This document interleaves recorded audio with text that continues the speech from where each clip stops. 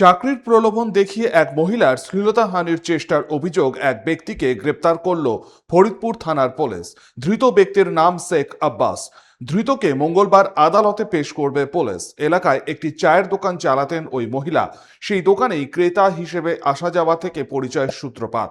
অভিযোগ এরপরেই রবিবার ঝাঁঝরা এলাকায় ইসিএল ফাঁকা আবাসনে ওই মহিলাকে ডেকে অশালীন আচরণ করেন ওই ব্যক্তি। স্থানীয় হিন্দু জাগরণ মঞ্চের সদস্যরা এই ঘটনা জানতে পেরে ওই মহিলাকে সঙ্গে নিয়ে গিয়ে থানায় অভিযোগ দায়ের করে সোমবার দুপুরে। অভিযোগ পাওয়ার কয়েক ঘন্টার মধ্যেই পুলিশ অভিযুক্তকে গ্রেপ্তার করে। ছেলেটার সাথে অনেক দিনের ইনি যেরকম বলে ওনার একটা চায়ের দোকান আছে, চায়ের দোকানে যেত, চা খেত।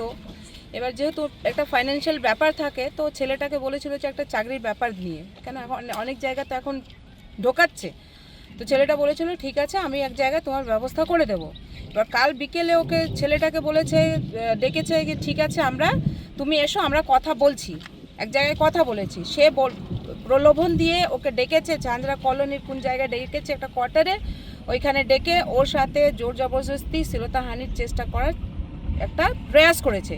কিন্তু ও নিজেকে কোনো রকম করে কাপড় টাপড় ছেড়ে দিয়েছে, ও নিজেকে ওইখান থেকে স্কেপ করে বাইরে চলে এসেছে। পুলিশ একদম যেটা ন্যায্য বিচার সেটা উনি পাবেন, যে ভুল করবে সে একটা বিচার নিশ্চয়ই পাবে। তো আগে তো আমরা এফআইআর করে বেরোলাম, এবার দেখি ওদের প্রসেস এখন থেকে স্টার্ট হয়ে যাবে, খুব তাড়াতাড়ির মধ্যেই কিন্তু এটা একটা অ্যাকশন নেবেই।